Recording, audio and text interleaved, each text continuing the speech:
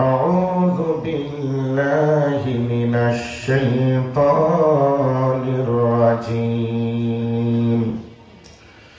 بسم الله الرحمن الرحيم. والعصر إن الإنسان لفي خسر إلا الذين آمنوا وعملوا الصالحات وتواصوا بالحق وتواصوا بالصبر. وقال النبي صلى الله عليه وسلم: لا تزول قدم ابن آدم حتى يسأل عن خمس عن أموره فيما أفناه وعن شبابه فيما أبلاه. وقال الشاعر: اللغة العربية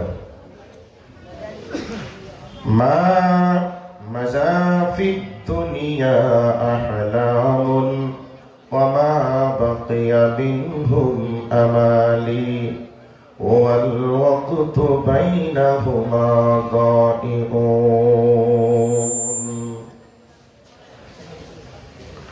وقال الشاعر: لغة البنغالية high রে মত high corona ছাড়ি একে এক সভাকার ফানা করে দিলি।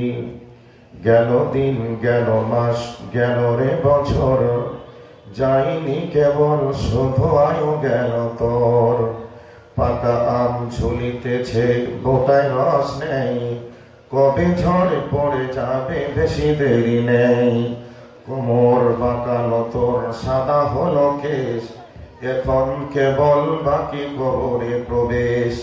নারীগণ কুটে ধান ঢিকিতে চাপায়া, নারীগণ কুটে ধান ঢিকিতে চাপায়া, নাড়াচাড়া করে কিন্তু হাত বাঁচাইয়া। তোমরাও সেই মতো যত বন্ধুগণ, করো কাজ বাঁচাইয়া ইমানের ধন। যাহা করো করো কিন্তু হইয়া সাবধান, বিনষ্ট না হয় যাতে অমূল্য ঈমান।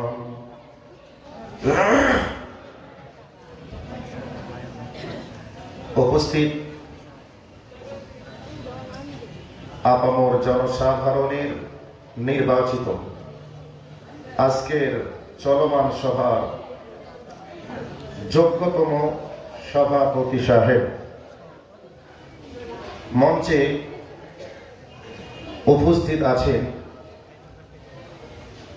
বাংলাদেশের বিভিন্ন জেলা থেকে,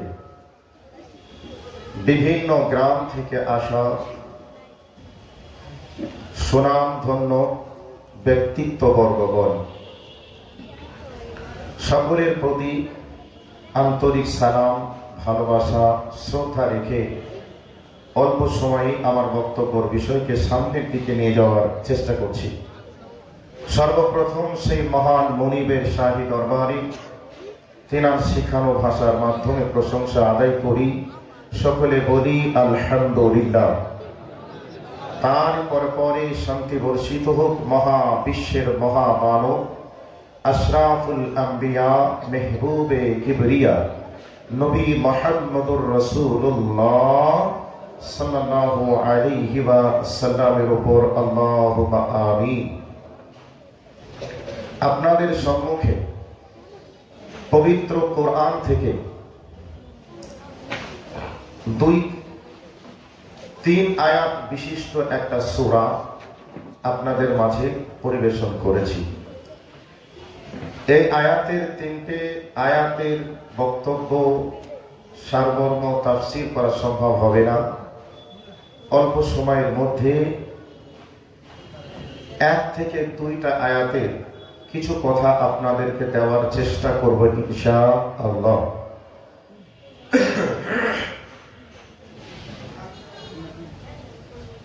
আল্লাহ সুবহানাহু ওয়া তাআলা সূরাতুল আসর কে তেলাওয়াত করেছেন। সূরা আসর তেলাওয়াত হওয়ার পরে সাহাবায়ে কেরাম আলাইহিম আজমাইন এক অপরের মাঝে যখনই সাক্ষাৎ করতেন তখন এক অপরকে বুকের সঙ্গে ধরে নিতেন, মাঝে মধ্যে জড়িয়ে ধরে কান্না করতেন আর সূরাতুল আসরকে তেলাওয়াত করতেন। তার মানে ওনারা বুঝতে পেরেছিলেন এই আয়াতের ভিতরে বা সূরার ভিতরে আল্লাহ কি বলতে চেয়েছেন। এরা এটা বুঝেছিলেন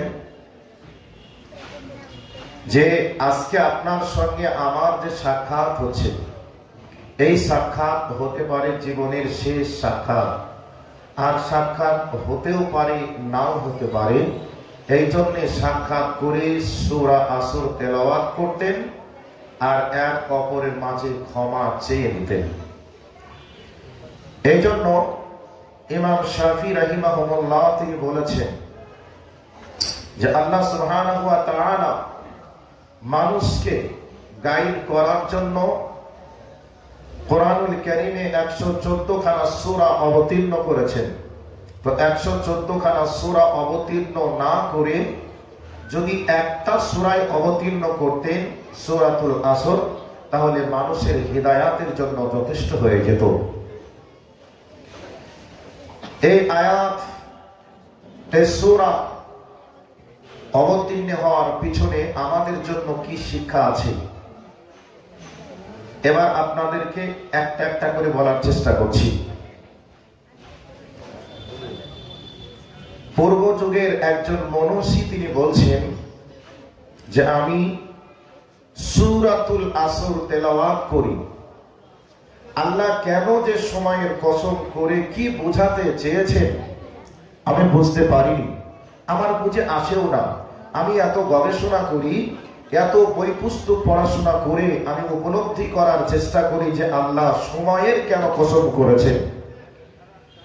তো একদিন এক হকার, যেমন আমাদের দেশে মাছওয়ালা সকালে বলবে মাছ নিবে গো মাছ, সবজিওয়ালা বলবে সবজি নিবে গো সবজি, এরকম করে আমাদের এলাকাতে আমাদের দেশে হকারেরা ব্যবসার জন্য তারা ডাক দেয়। তবে আপনাদের দিকে কি বলে আমি জানি না। তো ঠিক সেইভাবে একজন বরফ বিক্রেতা বরফের ঝুড়িটা মাথায় নিয়েছেন আর হকারের মতো আওয়াজ দিচ্ছেন, তোমরা তার উপরে দয়া করো, তার উপরে মায়া করো যার পুঁজি গড়ে যাচ্ছে, যার সম্পদ নষ্ট হয়ে যাচ্ছে। বরফ এমন একটি জিনিস, ঠান্ডা আবহাওয়াতে রেখে দিবেন, জমাট বেঁধেই থাকবে। গরম উষ্ণ আবহাওয়াতে নিয়ে আসবেন, বরফ দেখবেন আস্তে আস্তে গলে পানি হয়ে যাবে। এক পর্যায়ে বরফের দানা বলে কিচ্ছু থাকবে না, একবারে পানিতে রূপান্তরিত হয়ে যাবে। হয় কি হয় না? হয়। ঠিক পূর্ব যুগের মনীষী বলছেন, আমি যখন এই হকারের আওয়াজ শুনলাম আর আমার ব্রেন তখন বলল এটাই হচ্ছে সূরাতুল আসরের তাফসীর। কেন? তিনি বলতে চাইছেন যে আমরা যেদিন দুনিয়া থেকে এসেছি সেই দিন, এক কথায় আল্লাহ পাকের কাছ থেকে যখন আমরা দুনিয়াতে এসেছি, আল্লাহ পাক আমার আর আপনার হায়াতটাকে নির্ধারণ করে দিয়েছেন আমি আর আপনি কতদিন দুনিয়াতে থাকবো। যত মিনিট যাবে বা যত সেকেন্ড যাবে, যত মিনিট যাবে, যত ঘন্টা যাবে, ওই বরফ যেভাবে মিনিট সেকেন্ড করে করে যখন গলে পানি হয়ে যায়, ঠিক আমি আর আপনি দুনিয়াতে এসেছি মানে একটা সেকেন্ড, একটা মিনিট, একটা ঘন্টা, একটা দিন আমার আপনার জীবন থেকে চলে যাচ্ছে মানে আমার হায়াত নামক ব্যালেন্সটা গলে গলে পানি হয়ে যাচ্ছে। তো আল্লাহ পাক বলেছেন আজালি মুসাম্মা, আমি তোমাদের জন্য নির্দিষ্ট সময়কে নির্ধারণ করেছি, লা ইয়াস্তাখিরুনা সাআতাও ওয়া লা ইস্তাকদিমুন, ওই সময়ের এক সেকেন্ড আগেও তুমি যাবে না দুনিয়া ছেড়ে, এক সেকেন্ড পরেও তুমি যাবে না, থাকবো বললে ইচ্ছা করলেও চলবে না, যথাসময়েই তোমাকে যেতে হবে। এই কথার সঙ্গে আমরা সকলে একমত না কারো দ্বিমত আছে? একমত তো? তো এবার বোঝানোর জন্য খুবই সহজ। বর্তমান সময়ে মানুষকে বোঝানোর জন্য যেমন সহজ, একদিক থেকে আবারও কঠিন। আমাদের দেশে আমরা মোবাইলের সিম কার্ড রিচার্জ করি, ব্যালেন্স রিচার্জ করি। এক সময় টাকা রিচার্জ করতে হতো, দেখুন আর টাকা রিচার্জ করতে হয় না। 299 টাকা যদি রিচার্জ করি তাহলে 1.5 জিবি করে নেট থাকবে, আর আপনার 28 দিন আনলিমিটেড কল চলবে। এখন আপনি মোবাইলটা রিচার্জ করলেন, ব্যবহার করলেও আর ব্যবহার না করলেও 28 দিন থেকে একদিন কমে গেল, মানে আপনার মোবাইল আর কয়দিন চলবে? 27 দিন। তো এই করে করে আপনি কবে রিচার্জ করেছেন, এক্সপায়ার ডেট কবে, আপনার খেয়াল নেই, আপনার স্মরণে নেই। কিন্তু যেদিন দেখবেন আর মাত্র 3 দিন সময় আছে, আপনার মোবাইলে মেসেজ চলে আসবে যে আপনার আউটগোয়িং কলের পরিষেবা বন্ধ হতে চলেছে, খুবই তাড়াতাড়ি আপনি রিচার্জ করে নেন। এই বলে আপনাকে বারবার মেসেজ করবে। আপনি যদি রিচার্জ না করেন তাহলে আপনাকে অফিস থেকে ফোন দিয়ে বলবে আপনার মোবাইলের পরিষেবা বন্ধ হতে চলেছে, আপনি রিচার্জ করে নেন। এইরকম আমাদের দিকে বলে। এবার আপনাকে আমি বলতে চাচ্ছি, ভালো করে শুনে নেন। এক্সপায়ার ডেট হয়ে যাবে, সেই সময় আসার সাথে সাথে আপনি যদি এবারে মনে করেন আমি একটা কল করব, খুবই গুরুত্বপূর্ণ কল, বা আমি কিছু একটা ডকুমেন্টস হোয়াটসঅ্যাপের মাধ্যমে পাঠাবো, এক্সপায়ার হয়ে গেছে, এই অবস্থায় আপনার পক্ষে কি সম্ভব হবে? হবে? আপনাকে কেউ কোথাও বেঁধে রেখেছে, 1 লাখ টাকা লাগবে, যদি না দিতে পারে তাহলে মেরে দিবে, এইরকম একটা কঠিন মুহূর্ত চলছে। এই মুহূর্তে, এই অবস্থাতে আপনার আব্বুকে যদি একটা ফোন দেন, আব্বু আমাকে এমন জায়গায় বেঁধে রেখেছে, 1 লক্ষ টাকা না দিতে পারলে আমাকে মেরে দিবে, আপনার আব্বু এই অবস্থায় শত চেষ্টা করে আপনাকে বিপদ থেকে উদ্ধার করার জন্য 1 লক্ষ টাকা দিয়ে আপনাকে উদ্ধার করবে কি করবে না? 100% করার চেষ্টা করবে। তবে এই অবস্থায় আপনি ফোন করতে চাচ্ছেন, আর ফোনটা যাবে না। আর আপনি আপনার আব্বাও যদি একটা ডকুমেন্টস পাঠাবো ইচ্ছা করে, আপনি হোয়াটসঅ্যাপকে যদি আপনি বারবার অন করেন অফ করেন, কোশ্চিন কালেও আর আসবে না। তো আমার আর আপনার জীবনে একটা এক্সপায়ার ডেট আসছে। প্রত্যেকটা মুহূর্তে, প্রত্যেকটা মিনিটে, প্রত্যেকটা ঘন্টায় আমি আর আপনি এক্সপায়ার ডেটের দিকে আগিয়ে যাচ্ছি। এবার একটা উদাহরণ দিয়ে আসল জায়গাতে যাব। উদাহরণ হলো, মনে করে নেন এখান থেকে ঢাকা 100 কিলোমিটার রাস্তা। এখন আপনি মোটরসাইকেল বা আপনি 4 চাকা, আপনি এবার সামনের দিকে আগাতে শুরু করলেন। তো যত সামনের দিকে যাবেন তত আপনার মোটরসাইকেলে অথবা আপনার 4 চাকা কার আপনাকে বলবে 1 কিলো থেকে 2 কিলো, 2 কিলো থেকে 3 কিলো, 4 কিলো থেকে 5 কিলো, এইরকম ভাবে কিলোমিটার, মাইলস মিটার আপনার মোবাইলে বা আপনার কারে দেখাবে। কিন্তু যত সামনের দিকে আগাবেন তত দেখবেন ওই যে রাস্তাতে কিলোমিটার লেখা থাকে, ওখানে দেখবেন কিলোমিটার কমে যায়। আপনি 10 কিলোমিটার চলে গেলে আপনার মোটরসাইকেল বলবে 10 কিলোমিটার এসে গেছি, আর ওই কিলোমিটার যেখানে লেখা থাকবে ও বলবে না তুমি আর 90 কিলোমিটার দূরে আছো। তো এবার যখন নির্দিষ্ট জায়গায় পৌঁছে যাবেন তখন দেখবেন 0 কিলোমিটার, মানে আপনি গন্তব্য স্থলে পৌঁছে গেছেন। আর এদিকে আপনার মোটরসাইকেল বলবে না 100 কিলোমিটার চলে এসেছো। তো আমার আর আপনার মনে করে নেন আল্লাহ 80 বছর নির্ধারণ করেছেন। জীবন থেকে যদি 50 বছর পার হয়ে যায়, আমাদেরকে জিজ্ঞাসা করলে আমরা বলি বয়স কত হলো, আমরা তখন বলি 50 হলো, এরকম বলি। বাকি কত থাকলো? 30 থাকলো। তো এবার সামনের দিকে আরো আগাবো, তখন আমরা কি বলি? বয়স হয়ে গেল, আর শরীরে বল পাচ্ছি না, এরকম কথা আমরা বলি। কিন্তু বয়স হয়ে গেছে না বয়স কমে গেছে? বয়স কমে গেছে। তো আমি আর আপনি প্রত্যেকটা দিন কবরের দিকে, প্রত্যেকটা সেকেন্ড, প্রত্যেকটা মিনিট কবরের দিকে আগিয়ে যাচ্ছি। গাড়ি যত কিলোমিটার চলবে, গাড়িতে আপনার মিটার বাড়বে, মাইলস মিটার রাস্তা বলবে আপনার রাস্তা কমে গেছে। আমি আর আপনি সামনের দিকে যত আগাবো, এদিকে আমি আর আপনি বলবো বয়স হয়ে গেছে, ওদিকে কবর বলছি না তুমি আমার কাছাকাছি প্রায় চলে এসেছো, কিন্তু আমার আর আপনার কোনো হুঁশ নেই। এবার আপনাকে বলছি, মোবাইলে চেক করা যায় এক্সপায়ার ডেটটা কবে, কিন্তু আমার আর আপনার হায়াত কত মাবুদ দিয়েছেন এ ব্যাপারে কোনো চেক করার কোনো রাস্তা নেই।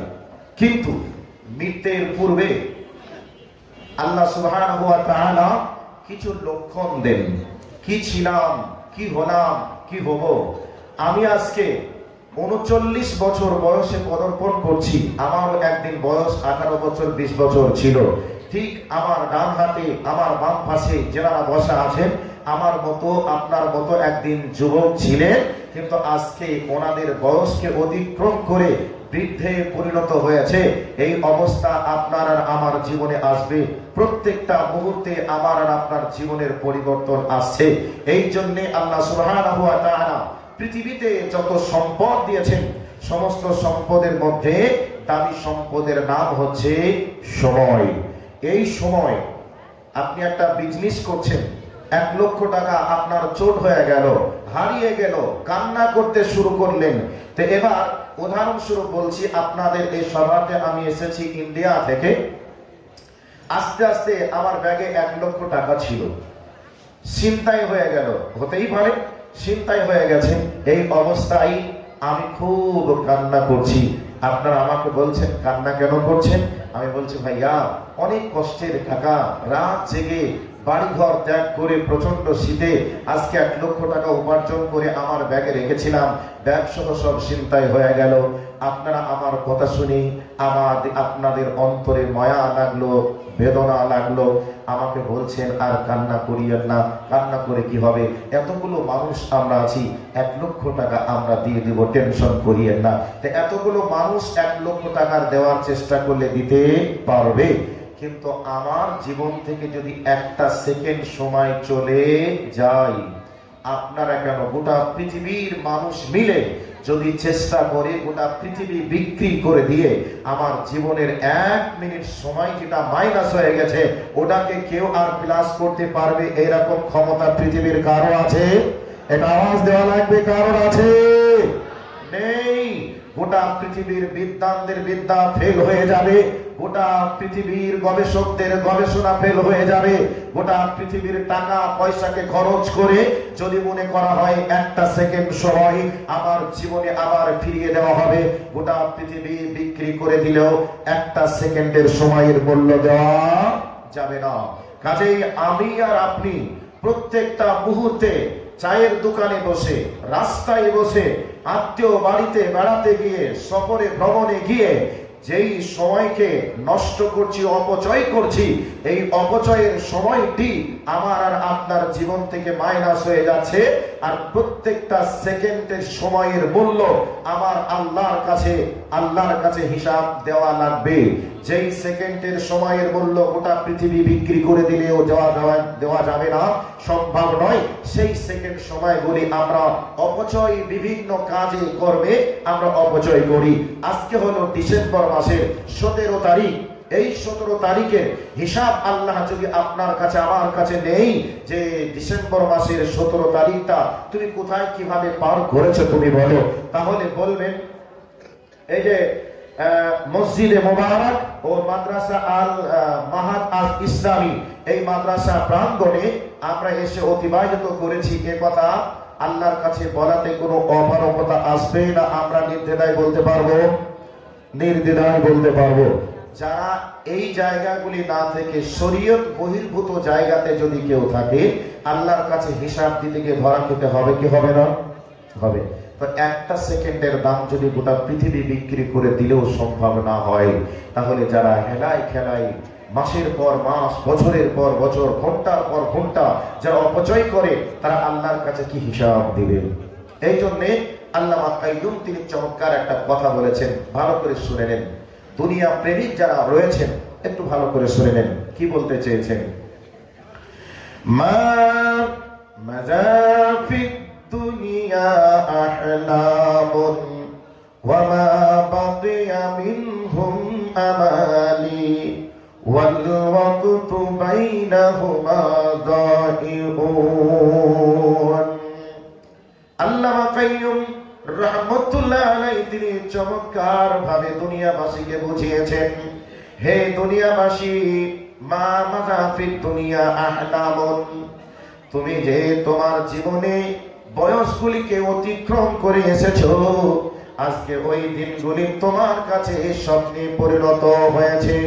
রাতে আমরা ঘুমিয়ে থাকলাম, ঘুমন্ত অবস্থায় স্বপ্ন দেখি, ঘুম ভেঙে যাওয়ার পরেও স্বপ্নের স্মৃতিগুলি চোখের সামনে ভেসে ওঠে কি ওঠে না? একটা আওয়াজ দিয়ে ওঠে কি ওঠে না? নিঃসন্দেহে ওঠে।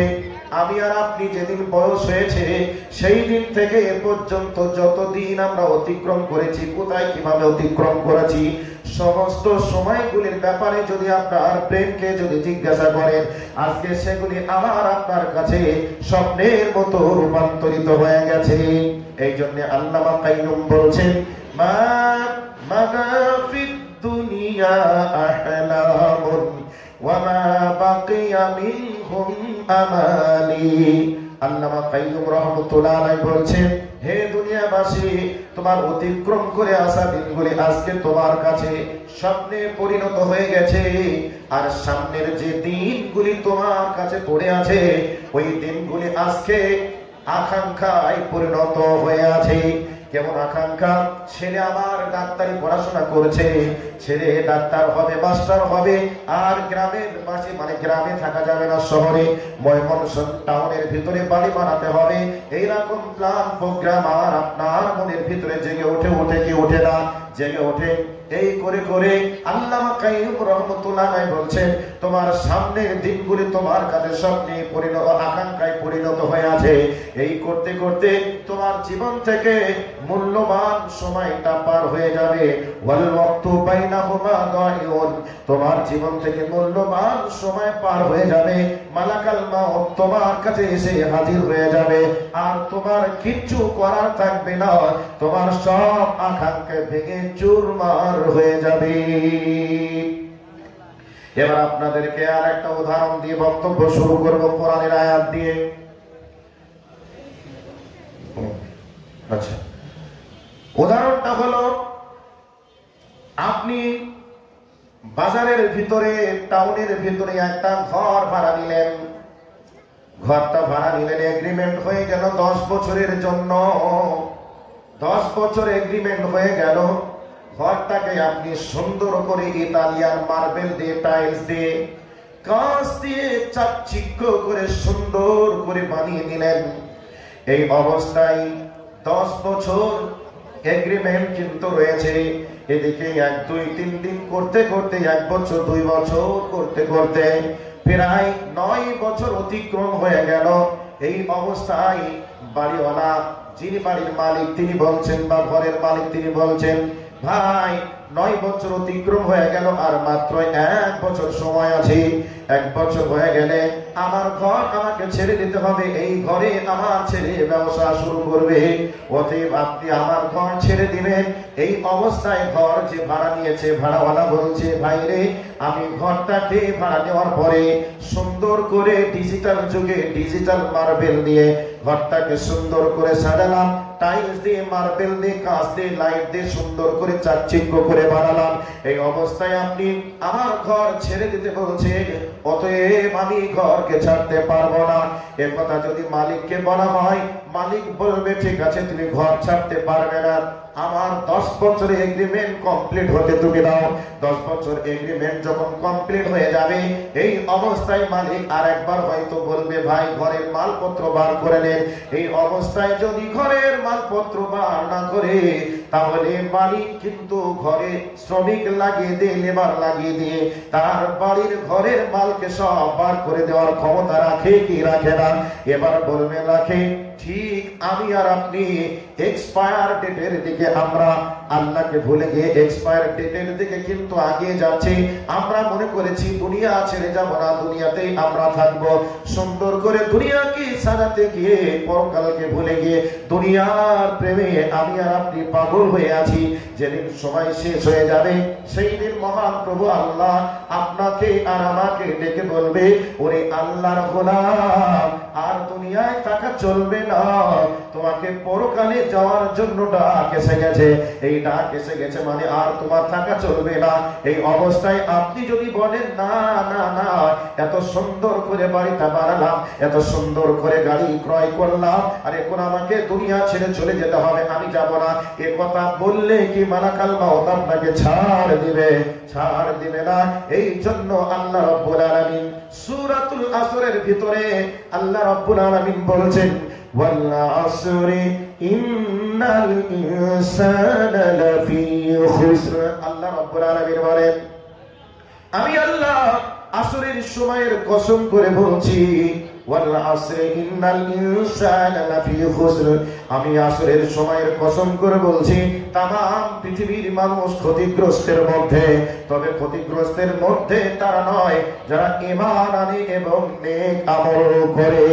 আল্লাহ রাব্বুল আলামিন ঈমান এবং আমলের ব্যাপারটাকে বোঝাতে গিয়ে তিনি সময়ের কসম করেছেন। তবে সময়ের কসম কেন করেছেন এবার আপনাদেরকে বলছি, ভালো করে শুনে নেন। একটা ছেলে পড়াশোনা করে তার পড়াশোনাতে মন লাগিয়ে পড়াশোনা করে, সময়কে অপচয় করে না, সময়কে নষ্ট করে না।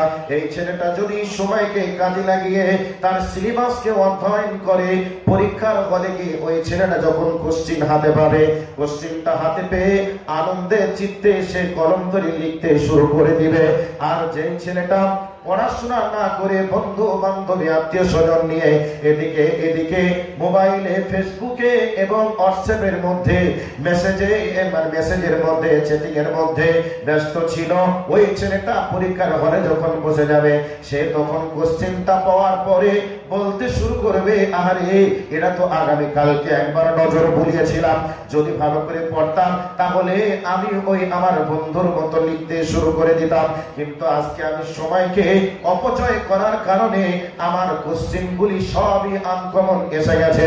অতএব আমি তো আর লিখতে পারবো না, 3 ঘন্টা সময় আমি কি করে পার করবো রে? এই অবস্থায় কলম দিয়ে না লিখে কলমটা মুখে লাগিয়ে আফসোস করতে শুরু করে দেয়। ঠিক আমি আর আপনি এই দুনিয়াতে সময়কে যদি কাজে লাগিয়ে মহান প্রভুর ইবাদতে যদি আমি আর আপনি সময়টিকে কাজে লাগাই, তাহলে জেনে রেখে দেবেন কিয়ামতের ময়দানে আমার আর আপনার ডান হাতে সার্টিফিকেট আসবে, আমলনামা এসে যাবে। আল্লাহ পাক বলবে, বান্দা চলে যাও, তোমার জন্য আমি আল্লাহ জান্নাত রেডি করে রেখে দিয়েছি। আর যারা সময়কে কাজে না লাগিয়ে যারা দুনিয়ার প্রেমে ব্যস্ত হয়ে পড়বে, শয়তানের ধোঁকায় পড়ে যারা ব্যস্ত হয়ে যাবে, ওদের জন্য আল্লাহ অর্ডার করে দিবে, যাও যাও, তোমাদের জন্য জাহান্নামে প্রজ্বলিত আগুন রেডি হয়ে আছে, তোমরা ওই জাহান্নামের আগুনের মধ্যে চলো। বন্ধুরে, এবার আপনাকে ওই পরীক্ষার হলের কথা যেহেতু এসেছে, যেই ছেলেটা পড়াশোনা করেছে কোশ্চিন পেয়ে লিখতে শুরু করবে, 3 ঘন্টা সময় কখন পার হয়ে গেল, এই অবস্থায় সে আবার একবার নজর বুলিয়ে দেখবে, 1 জায়গায় 2 জায়গায় তার এখনো লেখা ছুটে গেছে, ওয়ার্নিং হয়ে গেছে। এই অবস্থায় মাস্টার খাতা গুছিয়ে নেওয়ার জন্য ওয়ার্নিং দিয়ে দিয়েছে, ছেলেটা লিখতেই আছে। এই অবস্থায় ছেলেটা যদি বলে, স্যার আমাকে আর মাত্র 2টা মিনিট যদি সময় দিতেন আমার লেখাটা কমপ্লিট হয়ে যেত। পরীক্ষার হলে স্যার কি আপনাকে সময় দিবে না? যত সময় কাগজ গোছ করে নেবে আপনাকে ছেড়ে দিতে হবে। আর যে ছেলেটা পড়াশোনা করেনি, এ কিন্তু কখন টাইম পাস হবে এই নিয়ে ব্যস্ত থেকে যাবে। কাজেই আল্লাহ পাক বলছেন, ওয়াল আসরি ইন্নাল ইনসানা লাফি খুসর। আমি আল্লাহ সময়ের কসম করে বললাম, যারা সময়কে মূল্যায়ন করেছে তারা জীবনে স্বর্ণোজ্জ্বল ইতিহাস করতে পেরেছে। যারা সময়কে মূল্যায়ন করে নাই তারা এই পৃথিবীতেও ধ্বংস হয়েছে, আখিরাতেও ধ্বংস করা হবে। সম্মানিত উপস্থিতি, যারা সময়কে মূল্যায়ন করবে এই সময় তাকে একদিন উজ্জ্বল ভবিষ্যৎ উপহার দিবে। আর এই সময়কে যারা কাজে লাগাবে না, এই সময় তাকে আছাড় দিয়ে গহ্বর অন্ধকারে ফেলে দিবে, দুনিয়ায় প্রতিষ্ঠিত হতে পারবে না, আখিরাতেও সফল হতে পারবে না। কাজেই আমরা সময়কে কাজে লাগানোর জন্য আল্লাহ আমাদের জন্য বলেছেন আমরা সময়কে কাজে লাগাবো। আল্লাহ সুবহানাহু ওয়া তাআলা বলেছেন ফাইদা ফারাগতা ফাওসাব ওয়া ইলা রাব্বিকা ফারগাব। আল্লাহ পাক বলছেন তোমার জীবনে কাজে ব্যস্ততার মধ্য দিয়ে এবার তুমি অবসর সময় পেয়েছো, অবসর সময়টি তুমি কাজে লাগাও, তোমার রবের বন্দেগী করো, তোমার রবের তুমি মহত্ব বর্ণনা করো। এ কথা আল্লাহ বললেন। আর আমরা ব্যবসা বিজনেসে কাজে কামে ব্যস্ত, যখনই একটু অবসর সময় পাই তখন আমরা কেউ ইয়াং জেনারেশন তারা ফেসবুকে, মেসেঞ্জারে, হোয়াটসঅ্যাপে, এমতে তারা কলে ব্যস্ত থাকে, বিভিন্ন জিনিসে অশ্লীলতায় ব্যস্ত থাকে। আর যারা ব্যবসায়িক এরা ব্যবসা করতে গিয়ে কোন সময় হয়তো ব্যবসার অফ সিজন এসেছে, চলো একটু বিদেশে ভ্রমণ করে আসি। আর আল্লাহ বলছে না, তোমার ব্যস্ততার ফাঁকে সময় পেয়েছো, এই সময়টা তুমি এখানে ওখানে নষ্ট না করে এই সময়টি তুমি কাজে লাগিয়ে নাও। তুমি রাত্রিতে বিছানায় ঘুমিয়েছো, আর বেশি না ঘুমিয়ে তুমি একটু উঠে যাও, আল্লাহর ইবাদতে তোমার অন্তরকে, তোমার আত্মাকে আল্লাহর সঙ্গে কানেক্ট করে দাও। আর আজকে আমরা সময়কে অপচয় করি, সময়কে আমরা কাজে লাগাতে চাই না। সম্মানিত উপস্থিতি, আমরা আল্লাহর কাছ থেকে এসেছি একটা এগ্রিমেন্ট পেপারে, যেমন ভাবে একটা ঘরের জন্য আমরা এগ্রিমেন্ট পেপারে সই করি, ঠিক আমার আর আপনার ব্যাপারে আল্লাহ সুবহানাহু ওয়া তাআলা এরকম একটা এগ্রিমেন্ট তিনি দিয়েছেন। যথা সময় হয়ে গেলে আমাকে আপনাকে চলে যেতে হবে। একটা সেকেন্ড সময় এদিকে ওদিকে করার কোনো সুযোগ নেই। এক সেকেন্ড আগেও যেতে পারবো না, এক সেকেন্ড পরেও আমি থাকতে পারবো না। যথা সময়েই আমাকে আর আপনাকে যেতে হবে, কিছু করার নেই। ভাইয়া, আমরা আল্লাহকে ভুলে গিয়ে আমরা আজকে দুনিয়ার প্রেমে মশগুল হয়ে গেলাম। এবার একটা হাদিসের অনুবাদ করি। আল্লাহর নবী জনাবে মুহাম্মদুর রাসূলুল্লাহ সাল্লাল্লাহু আলাইহি ওয়াসাল্লাম তিনি একদিন রাস্তা দিয়ে যাচ্ছেন। দুনিয়াকে বোঝাতে গিয়ে তিনি এভাবে বলেছেন। রাস্তা দিয়ে যেতে যেতে দেখতে পেলেন একটা ছাগলের বাচ্চা মরে পড়ে আছে। এই অবস্থায় নবীজি লক্ষ্য করলেন ছাগলের কানটা আবার কাটা। সাহাবীদেরকে বললেন, কে আছো গো, এই ছাগলটা তোমরা 1-2 দিরহামের বিনিময়ে ক্রয় করবে? সাহাবীরা বললেন, জি না, কেউ ক্রয় করবো না। কেন? ছাগলটা মৃত, মাংস খাওয়া যাবে না, আর ছাগলটার কানটা কাটা, চামড়াটাও কাজে লাগবে না। তাহলে আমরা কেন এই ছাগলটাকে 1-2 দিরহামের বিনিময়ে আমরা ক্রয় করব? তো আল্লাহর নবী বললেন, তোমাদের কাছে এই ছাগলটা যেমন মূল্যহীন, যেমন দাম নেই, আল্লাহর কাছে তেমন এই পৃথিবীর দাম নেই।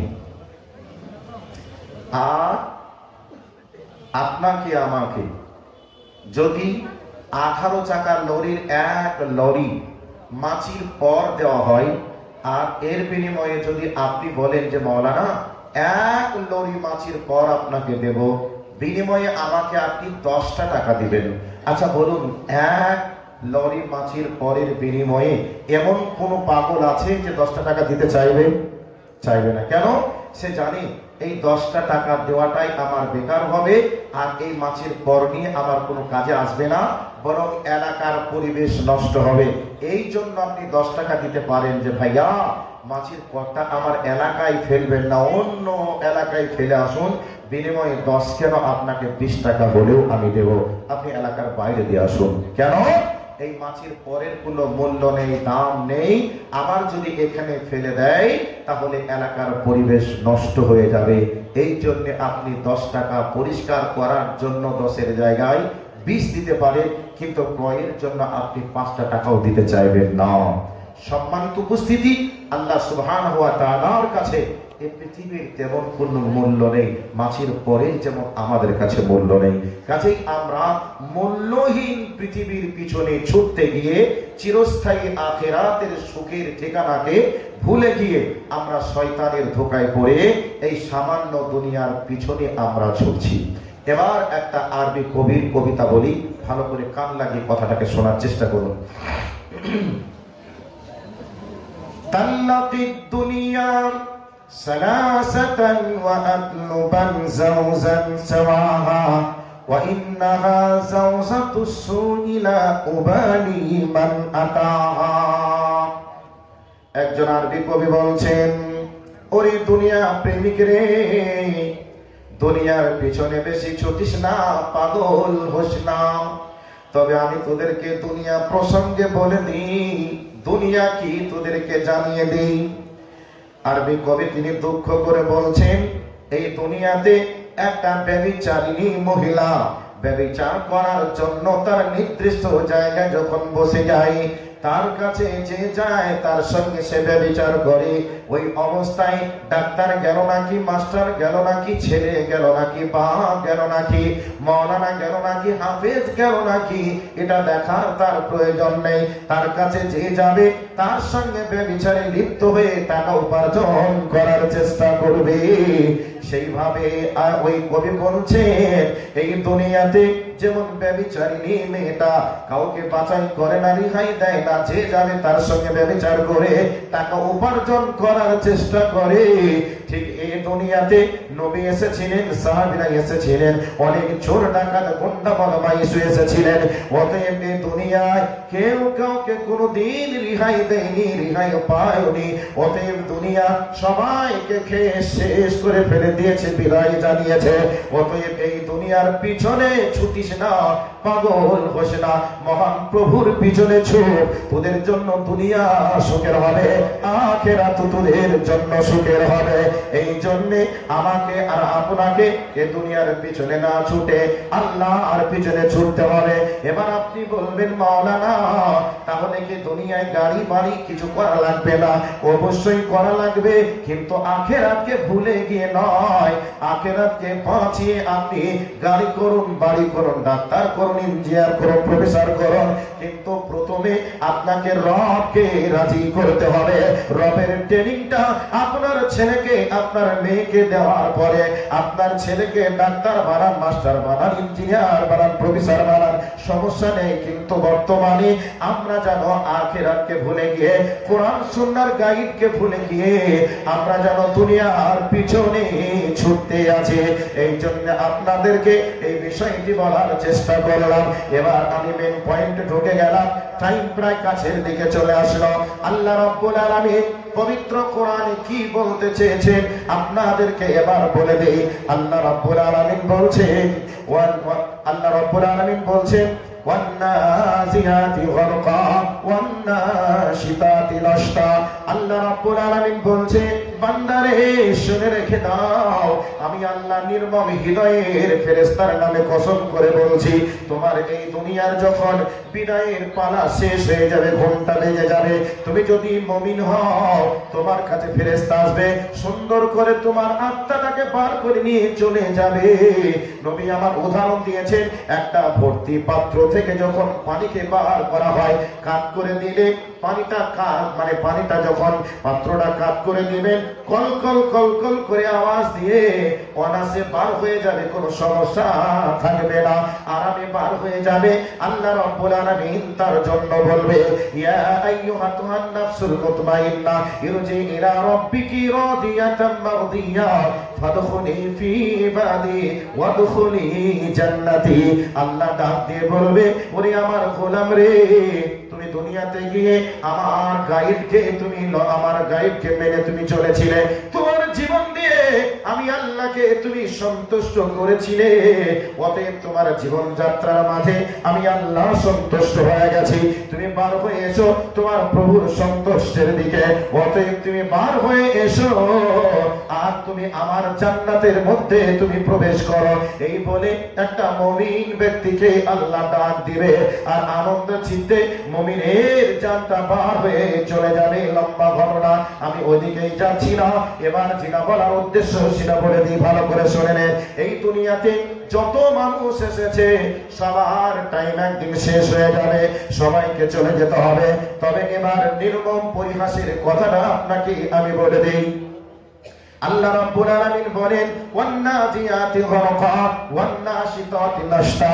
আল্লাহ রাব্বুল আলামিন বলছেন, আমি নির্মম হৃদয়ের নামের ফেরেশতার নামে কসম করে বলছি, যাকে মালাকাল মাউত বলা হয়েছে, ওই মালাকাল মাউতের নামের কসম করে রব্বুল আলামিন বলতে চেয়েছে, একটা বেঈমান ব্যক্তির যখন হায়াত শেষ হয়ে যায়, সময় যখন তার জীবন থেকে শেষ হয়ে যায়, এমতো অবস্থায় মালাকাল মাউতকে আল্লাহ রব্বুল আলামিন তার কাছে পাঠিয়ে দেন। আর এই অবস্থায় তার জীবনে, মানে একজন দার্শনিক বলেছেন, তার জীবনে 4টে ভয়ঙ্কর রূপ ধারণ করে। 1 নম্বর হবে, সে জীবনে যত গুনাহের কাজ করেছে সমস্ত গুনাহগুলিকে তার চোখের সামনে ভিডিওর মতো করে তুলে ধরা হবে। এই যে তোমার এই গুনাহ, তুমি গীবত করেছো, পরনিন্দা করেছো, নামাজ ত্যাগ করেছো, কোরআন তুমি পড়োনি, এই বলে জীবনে তুমি যত অন্যায় করেছো অন্যায়গুলি তুমি দেখে নাও। অন্যায়গুলি তার চোখের সামনে এই রকম করে ভিডিওর মতো তুলে ধরা হবে। 2 নম্বর হবে, ওই ব্যক্তি তার ছেলে মেয়ে বউ বিটির ভালোবাসায় পড়ে আখিরাতকে, জিন্দেগিকে নষ্ট করেছে। এই অবস্থায় তার ছেলে মেয়ে বউ বিটির ভালোবাসা তার অন্তরের ভিতরে জাগ্রত করে দেওয়া হবে। বলা হবে, দেখ দেখ দেখ, তোর ছেলে মেয়ে বউ বিটি থেকে গেল, তোর ছেলে মেয়ের জন্য তুই কত কিছুই না করেছিলে, অতএব তোর বিপদের সময় তোর ছেলে, তোর মেয়ে, তোর বউ আজকে তোর কাজে আসলো না, তোর জীবন শেষ হয়ে গেল, তোর বিপদের সময় তারা কাজে আসলো না। এইরকম তার স্মৃতিগুলিকে অন্তরের ভিতরে জাগিয়ে তোলা হবে। কবরের ভিতরে দাও দাও করে আগুন জ্বলবে, সাপ বিচ্ছু গ্রাস করার জন্য কি মেরে তাড়িয়ে তাড়িয়ে আসবে। এই অবস্থায় সাপ বিচ্ছু কবরের ভয়াবহ চিৎকার আওয়াজটা তাকে চোখের সামনে তুলে ধরা হবে, আর বলা হবে, দেখ দেখ দেখ, এটাই হবে তোর আসল ঠিকানা। এই দুনিয়া ছেড়ে তোকে এবার চলে যেতে হবে আসল জায়গাতে। এই অবস্থা চলবে, আর মালাকাল মাউত তার কাছে ডিউটি করতে এবারে চলে আসবে। মালাকাল মাউত যখন আসবে, এসে বলবে, হে বদমাইশ আত্মা, তোমার টাইম শেষ হয়ে গেছে। রব্বুল আলামিন তোমাকে দুনিয়ার বুকে যত সময় দিয়েছিলেন এক্সপায়ার ডেট হয়ে গেছে, অতএব তোমার আর থাকা চলবে না, চলো চলো তোমাকে যেতে হবে। এই অবস্থায় তার বডির ভিতরে আত্মাটা লুকিয়ে পালানোর চেষ্টা করবে, ধরা দিবে না। এই অবস্থায় মালাকাল মাউত তাকে ধরার জন্য তিনি যেভাবে ডিউটি শুরু করার কথা সেভাবে তিনি ডিউটি শুরু করবেন। বুকের ভিতরে হাতকে ঢুকিয়ে দিবেন, বুকের ভিতরে হাত ঢুকিয়ে দিয়ে তার প্রাণ পাখিটা বার করবে। কিভাবে বার হবে? একজন দার্শনিক বলেছেন, কিভাবে বার হবে তার বাস্তব জিনিসটাকে বোঝানোর জন্য বলা হয়েছে। আপনারা কুলের গাছ দেখেছেন, বড়ের গাছ আপনারা দেখেছেন, কুলের গাছের, বড়ের গাছের কাঁটাগুলি দেখবেন একটু বাঁকা বাঁকা হয়। ওই কুলের গাছের কাঁটাগুলির উপর দিয়ে যদি একটা চাদরকে দেওয়া হয়, চাদরটা দিয়ে দেবেন, দেখবেন কাঁটাগুলি সুতাগুলিকে ফুঁড়ে দিবে। এই অবস্থায় যদি আপনি চাদরের একটা কোণ ধরে যদি আপনি টানতে শুরু করে দেন, দেখবেন টানবেন আর পটপট পটপট করে আওয়াজ দিতে শুরু করবে। জোরে টান দিবেন, সুতাগুলি ছিঁড়তে ছিঁড়তে একটা কোণ আপনার হাতের মুঠোতে আসবে। আসবে কি আসবে না? আসবে। ঠিক মালাকাল মাউত তার বডির ভিতরে হাত ঢুকিয়ে দিয়ে তার বডি থেকে প্রাণ বার করবে। তার বডির হাড় হাড্ডি যা থাকবে, হাড় হাড্ডি গুলি মচমচ মচমচ করে ভাঙতে ভাঙতে বার করে নিয়ে চলে আসবে। যারা মৃত্যুমুখী ব্যক্তির কাছে থেকেছেন তারা দেখবেন ওই অবস্থায় মৃত্যু ব্যক্তি বিছানায় প্রস্রাব করে দেয় এবং পায়খানা পর্যন্ত করে দেয়। এই অবস্থায় মুখটাকে নাড়িয়ে চিৎকার আওয়াজ দিতে চায়, কিন্তু মুখের সাউন্ড অফ হয়ে গেছে, মুখ নাড়ে কথা বার হয় না। এই অবস্থায় মহিলারা তাদের কাছে থাকে, মহিলারা একটু ফলের রস দেয়, দুধ দিতে চাই, পানি দিতে চাই, কিন্তু এই অবস্থায় মৃত্যুমুখী ব্যক্তি ফলের রস চায় না, দুধ চায় না, পানিও চায় না। পানি চাই না, তবে কি চাই? এই অবস্থায় তার ছেলে মেয়ে বউ বিটি আত্মীয় স্বজনদেরকে ডেকে বলে, ওরে আমার ছেলে মেয়ে বউ বিটি আত্মীয় স্বজন তোমরা যারা আছো, আমাকে আজকে চলে যেতে হচ্ছে নীরব নগরের মাটিতে। আমার কবরের ভিতরে আগুন জ্বলছে, দাও দাও করে সাপ যেন রেডি হয়ে আছে ফনা তুলে কামড় দেওয়ার জন্য। আজকে তোমাদের পিছনে ছুটতে গিয়ে আমি, আমার উপরে হজ ফরজ ছিল, হজকে আমি পালন করতে পারিনি, যাকাত ফরজ ছিল, যাকাতকে আমি পালন করতে পারিনি। অতএব তোমরা থাকার পরে, সম্পদ থাকার পরে আজকে আমার জন্য তোমরা কোনো উপকার করতে পারছো না। অতএব তোমাদের কাছে আমার যে সম্পদ জমি জায়গা রেখে গেলাম, এই জমি জায়গা সম্পদগুলি তোমরা আমার জন্য আল্লাহ রাস্তায় দান করে হলেও তোমরা আমাকে বাঁচানোর চেষ্টা করো। এই অবস্থায় বলতে চাই, নবীজি বলেছেন মানুষের দুই টাইমে তওবার দরজা বন্ধ হয়ে যায়। এক টাইমে গলার কাছে ঘড়ঘড়ানি সেলেসা যখন এসে যায়, হাজার চেষ্টা করলে তওবা আর করা চলবে না। কোন দিন পশ্চিম আকাশে সূর্য উঠে যাবে, ওই দিনে আর তওবার দরজা খোলা থাকবে না, বরং বন্ধ হয়ে যাবে। এই সময় আমার আর আপনার জীবনে আসছে। আমি আর আপনি যদি প্রস্তুতি গ্রহণ না করি, ভয়াবহ বিপদ রয়েছে। মরব তো সবাই, ফকির গরিব ধনী শিক্ষিত অশিক্ষিত সকলকেই যেতে হবে পরপারে। বাঁচার কোনো উপায় নেই, কোনো রকমের রেহাই নেই, কোনো রকমের রাস্তা নেই। কিন্তু যদি আমি আপনি মুমিন মুসলমান হয়ে কোরআন সুন্নাহর আলোকে যদি আমরা গাইড করে আমরা যদি দুনিয়াতে চলি, তাহলে আমাদের ইহকালে সফল, পরকালেও সফল। আর যদি আমরা কোরআন হাদিসকে ক্রস করে চলি, তাহলে ইহকালে বিফলতা, পরকালেও বিফলতা। সম্মানিত উপস্থিতি, আপনাদেরকে আমি যেটা বলতে চাচ্ছিলাম মেইন বিষয়, সেটা হলো এই সময় থাকতে কাজে লেগে যান। এবার একটা হাদিস যেটা আমি পড়েছি, ওই হাদিসের দিকে চলে যাচ্ছি। আল্লাহর নবী জনাবে মুহাম্মদুর রাসূলুল্লাহ সাল্লাল্লাহু আলাইহি ওয়াসাল্লাম বলছেন, লা তাজুলু কাদামা ইবনু আদম হাত্তা ইউসআলা আন খামসিন আন উমুরিহি ফীমা আফনাহু ওয়া আন শাবাবিহি ফীমা আবলাহু।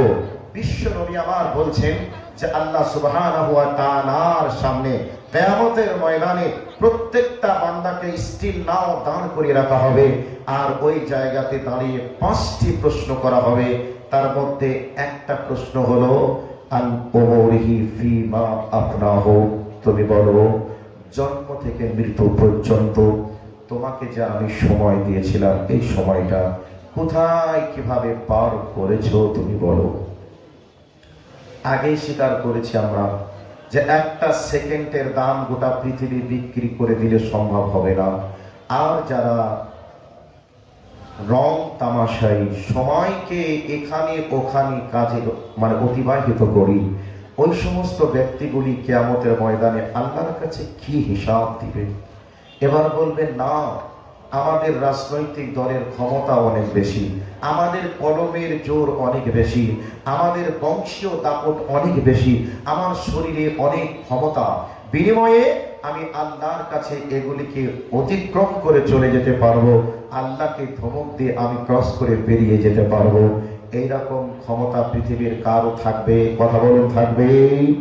থাকবে না। দুনিয়াতে আপনি রাজনৈতিক নেতৃত্বের জোরে আপনি সবকিছু করতে পারেন। এই দুনিয়াতে টাকার বিনিময়ে আপনি সবকিছু করতে পারেন। আপনার কলমের খোঁচার আঘাতে আপনি সবকিছু করে দিতে পারেন। মহান প্রভু আল্লাহর দরবারে যেদিন আপনাকে আমাকে উপস্থিত করবেন, ওই দিনে হিসাব দেওয়া লাগবে। ওই হিসাব দেওয়ার সময় একটা পা না পিছনে না সামনে, যে জায়গায় দাঁড়িয়ে ওই জায়গাতে দাঁড়িয়ে হিসাব দিতে হবে। আল্লাহ বলবেন আনুমরিহি ফীমা আফনাহু, বলো তোমার জন্ম থেকে মৃত্যু পর্যন্ত সময় আমি দিয়েছিলাম, এই সময়টা তুমি কোথায় কিভাবে কাজে লাগিয়েছো, কিভাবে পার করেছো, তুমি আমাকে বলো। এই কৈফিয়তটা যেদিন লাগবে সেদিন কি করে উত্তর দিতে পারা যাবে, তার প্রস্তুতি, তার ট্রেনিং আপনাকে আমাকে নিতেই হবে।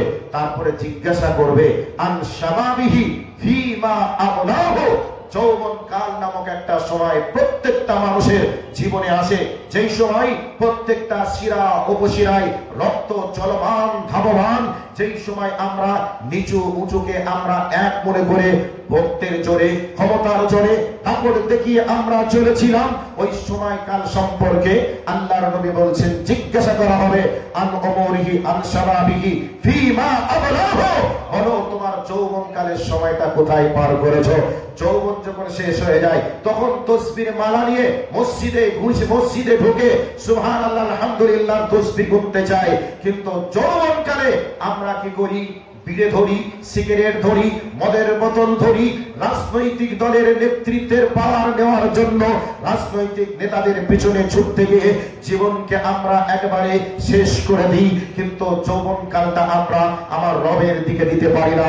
কিন্তু আল্লাহর নবী বলছে, জিজ্ঞাসা করা হবে আন শাবাবিহি ফীমা আবলাহু, যৌবনকাল সময়টা তোমাকে আমি দিয়েছিলাম, বলো এই সময়টা তুমি কোথায় কিভাবে পার করেছো বলো। যারা অপচয় করেছে তারা আল্লাহর কাঠ গড়ায় যেদিন দাঁড় হবে, কি কৈফিয়ত তারা দিবে।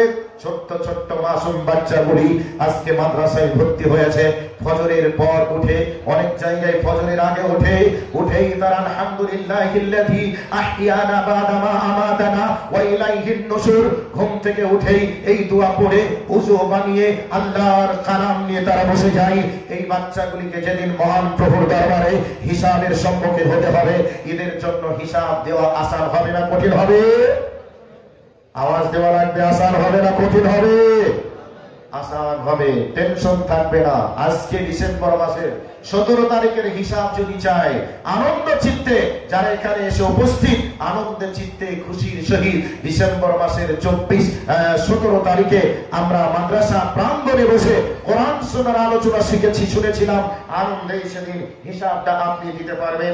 কাজেই আল্লাহ সুবহানাহু ওয়া তাআলা আমাকে আপনাকে সময় যিনি দিয়েছেন, হিসাবও তিনি নেবেন। কাজেই এই হিসাবের ব্যাপারে সতর্ক থাকা লাগবে।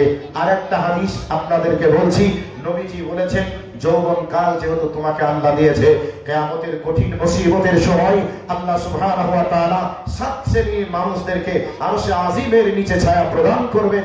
তার মধ্যে একটা হলো ওয়াশাবুন নাশাফা ইবাদাতিল্লাহি, যারা যৌবন কালে ইবাদত করে আল্লাহকে খুশি করতে পেরেছে, রাজি করতে পেরেছে, সেই আল্লাহ পাক তাকে আরশে আজিমের নিচে ছায়া প্রদান করবে। আল্লাহর কাছে দোয়া, হে আল্লাহ, আমরা যারা এখানে উপস্থিত, সেই কঠিন কিয়ামতের ময়দানে মানুষের মাথা থেকে 1 মাইল দূরে যেদিন সূর্য থাকবে, হাসরের মাঠ পুরো যেদিন তামা তামা হয়ে যাবে, সেই দিন দয়া করে তুমি আমাদেরকে তোমার সেই আরশের নিচে আমাদেরকে ছায়ার ব্যবস্থা করিও বলে আমিন। আমার অসমাপ্ত বক্তব্য এখানেই সমাপনী দিলাম। মহান প্রভু আল্লাহর কাছে দোয়া, হে আল্লাহ, আমি সহ এখানে যারা উপস্থিত, যা কিছু আলোচনা হলো, সকলকেই আলোচনাগুলি শোনার পরে পরে মেনে চলার তৌফিক তুমি দান করো, সকলে বলি আমিন। ওয়া আখির দাওয়ানা আলহামদুলিল্লাহি রাব্বিল আলামিন। আসসালামু আলাইকুম ওয়া রাহমাতুল্লাহি ওয়া বারাকাতুহু।